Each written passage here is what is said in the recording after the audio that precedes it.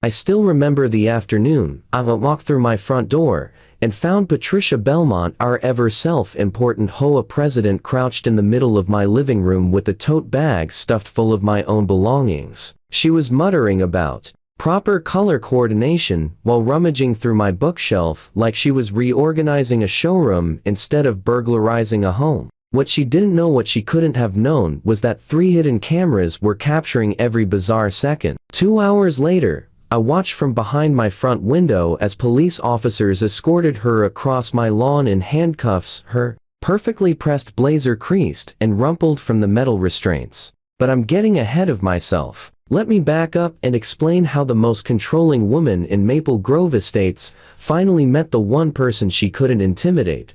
When I bought my place on Sycamore Lane 3 years ago, I truly believed I'd found the ideal neighborhood. Tree-lined streets, tidy lawns, and neighbors who actually waved instead of staring at their shoes. The HOA rules were nothing unusual: basic limits on lawn height, acceptable paint colors, and those seasonal decoration deadlines that every homeowners association seems obsessed with. I'm a naturally detail-oriented guy, so sticking to the guidelines was easy. My grass stayed trimmed to exactly 2.5 inches. My mailbox matched the approved shade called forest green. I even made sure to remove every holiday light by January 2nd, as specifically listed in Section 12.4 of the Homeowner's Handbook. For months, everything was smooth.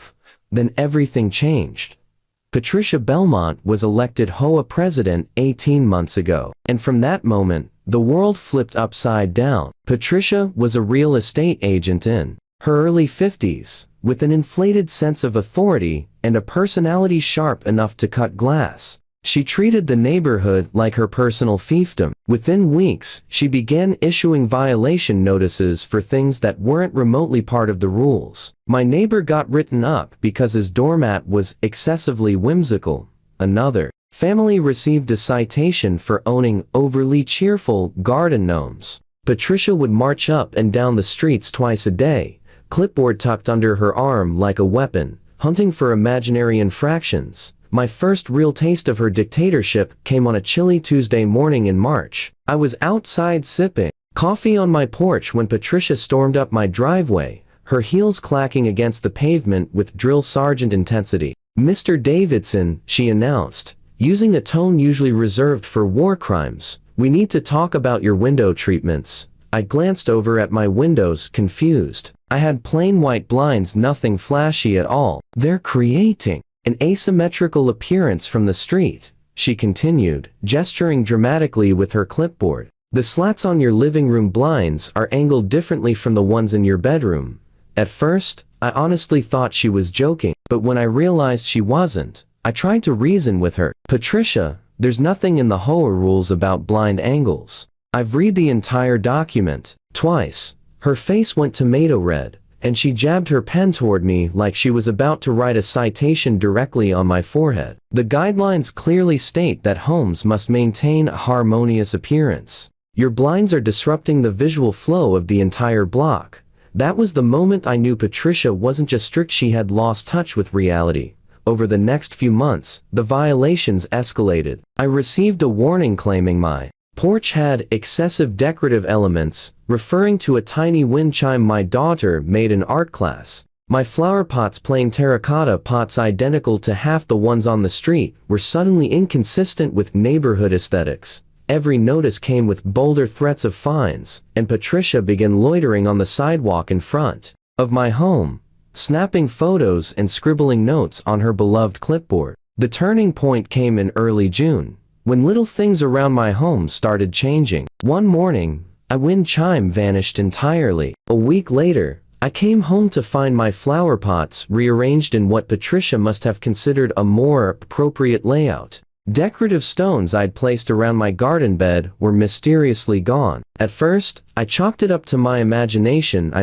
Who really suspects their HOA president of breaking and entering? But then I found a note taped to my back window. That read, "This frosted glass is not approved," written unmistakably in Patricia's sharp handwriting. That was when I knew it wasn't paranoia someone was coming onto my property. I mentioned my suspicions to my neighbor, Robert Kessler, who lived 2 houses down. His eyes widened, and he leaned in close. "You too?" he whispered. I thought I was losing it. "Last month, my wife's garden flamingo disappeared, and we found it in our trash can 3 days later. Our gate was locked. Someone climbed over or picked the lock." Hearing that confirmed everything I feared. Patricia wasn't just sending hostile letters, she was trespassing. Installing security cameras became a no-brainer. The day after talking with Robert, I ordered high-definition cameras with motion detection and night vision. I hid one in my living room, disguised as a decorative vase on the bookshelf. Another went into the kitchen disguised as a smoke detector. The third I mounted under the eave outside, where it captured both my front and back doors. All were connected to cloud storage so the footage would be saved instantly. For 2 weeks, nothing happened. I began to wonder if maybe Patricia had backed off or at least found a new victim. Then June 23rd arrived. I was in a client meeting downtown when my phone buzzed with a motion alert. I dismissed it, assuming it was a delivery guy or maybe the neighbor's cat. But then another alert came, and another. By the 5th alert, I quietly stepped out of the meeting and opened the live feed on my phone. My stomach dropped. There was Patricia wearing dark sunglasses and her hair pulled back into a tight bun, looking like some deranged suburban spy cutting through my back gate with bolt cutters. After breaking the lock, she crept into my backyard, walked straight to my kitchen window, and pulled a thin piece of metal from her pocket. She jimmied the latch with practiced ease. Within minutes, she had the window open and was climbing into my home. I didn't hesitate. I dialed 911 immediately. My hands were shaking as I tried to explain everything to the dispatcher. "Someone is breaking into my house right now. I'm watching it on my security camera. It's the HOA president from my neighborhood." I could practically hear the dispatcher's confusion through the line, probably wondering why on earth an HOA president would be committing a burglary. But when I stressed that this was happening live, she immediately dispatched officers to my address. As I sped home, I kept the camera feed open on my phone. Patricia wandered through my house with the casual entitlement of someone browsing an estate sale. She opened drawers, cabinets, and bins with unbothered confidence. She had brought a huge tote bag embroidered with Maple Grove HOA, and she began loading it with whatever she decided counted as violations. My daughter's wind chime was the first to disappear into the bag. Then she grabbed the decorative cushions from my couch, because they were apparently the wrong shade of beige. She even plucked a small succulent from my kitchen windowsill, scowling at it before tossing it in as it had personally offended her. What made the whole thing even more surreal was the way she documented everything. She pulled out her phone and took photos of each item before confiscating it, pausing now and then to type what I assumed were notes bitching about the violations. At one point, she actually sat down at my dining table, grabbed my pen, and filled out a stack of violation notices which she neatly arranged on my coffee table like she was staging a crime scene. She was literally creating paperwork to justify stealing from me. I reached my street just as 2 police cruisers rolled up to my driveway. Officers Davis and Chen stepped out, and at first, they looked skeptical when I breathlessly explained that the HOA president was, at this very moment, inside my house, stealing my decorations. But skepticism quickly turned into shocked understanding when I showed them the live feed on my phone. "Sir, stay in your car while we handle this," Officer Davis instructed, reaching instinctively for his radio. "This is an active burglary. We don't know if the suspect is armed or dangerous." I stayed put and watched from inside my car as both officers approached my front porch. Meanwhile, on my phone screen, Patricia was still inside, scrutinizing my bookshelf with a look of pure condescension. The officers knocked loudly, announcing themselves. The look on Patricia's face when she heard police was something I'll treasure forever. She froze mid-reach, possibly grabbing a photo album, her eyes going wide as she just realized she wasn't in a dream. For a split second, I thought she might try to hide, but then that familiar arrogance took over. She straightened her blazer, snatched up her tote bag full of stolen items, and marched to the front door with the phony poise of someone about to host a charity brunch. "Officers, I can explain," she said, slipping into her most authoritative tone as she opened the door. "I'm the HOA president, and I have full authority to inspect properties for violations. Mr. Davidson has been blatantly disregarding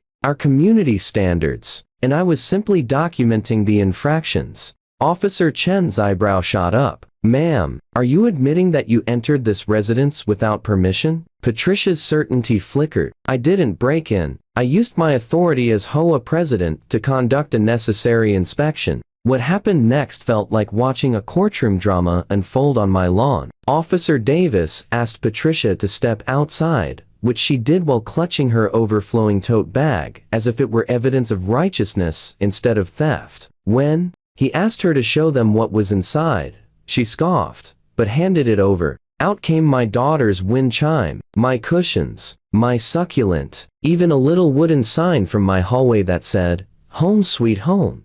She had taken that too. "These are all HOA violations," she declared confidently, as though she'd solved a grand mystery. "I removed them for the good of the neighborhood."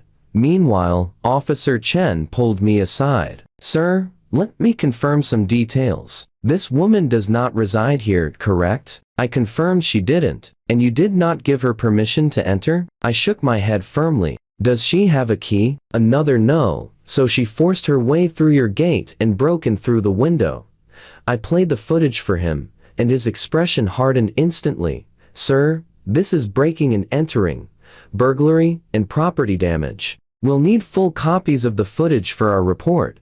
Then came the moment I'll never forget. Officer Davis informed Patricia that she was under arrest. Her face cycled through 3 different shades: red, white, then a kind of blotchy purple. "You can't arrest me," she screeched, her voice rising with pure panic. "I'm the HOA president. I was doing my job." This is absolutely ridiculous. But Officer Davis was already pulling out the handcuffs. "Ma'am, turn around and place your hands behind your back." Seeing Patricia Belmont, the tyrant of Maple Grove Estates, being handcuffed in my yard while my neighbors peeked through their blinds was immensely satisfying. As they escorted her toward the squad car, she continued shrieking about property values and community harmony. "You don't understand," she yelled at me over her shoulder. "Your blinds, your decorations, they're ruining the entire aesthetic of this block." And all I could think was, she really believed that. Officer Chen assured me they'd need a full statement and copies of all my security footage, which I provided without hesitation. By then, several neighbors had wandered outside, standing in stunned silence as their once untouchable HOA president was driven away in the back of a police cruiser. The news spread through Maple Grove Estates faster than gossip at a barbecue. Within hours, my phone was buzzing. Non-stop neighbors calling to share their own Patricia horror stories. Robert Kessler admitted he'd installed cameras after the Garden Flamingo incident and even had footage of Patricia sneaking into his backyard. The Johnsons on Oak Street revealed that she'd walked into their garage and rearranged their tools because they weren't stored symmetrically.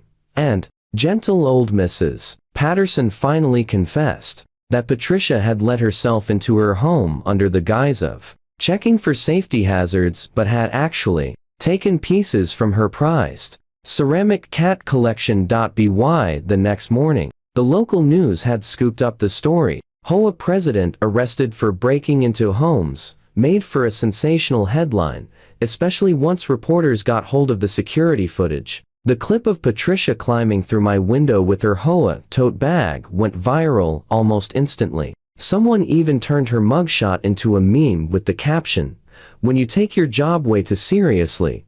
The media attention emboldened even more victims to come forward, creating a tidal wave of evidence against her. The emergency HOA meeting 3 days later was so packed that people were standing shoulder to shoulder. The remaining board members, faces red with embarrassment, struggled to maintain order as furious homeowners demanded answers. How long had Patricia been entering homes? Had the board known? Who gave her the authority to rewrite rules that didn't exist? The meeting descended into chaos when someone suggested reviewing the HOA's financial records, and the bombshell dropped. Patricia had been using association funds to buy bolt cutters, lockpicking tools, and other equipment for her illegal inspections. Patricia's arraignment was set for the following Monday. She arrived wearing the same blazer she'd worn during the break-in, accompanied by an attorney who looked like he charged by the minute. The charges were extensive: 15 counts of breaking and entering,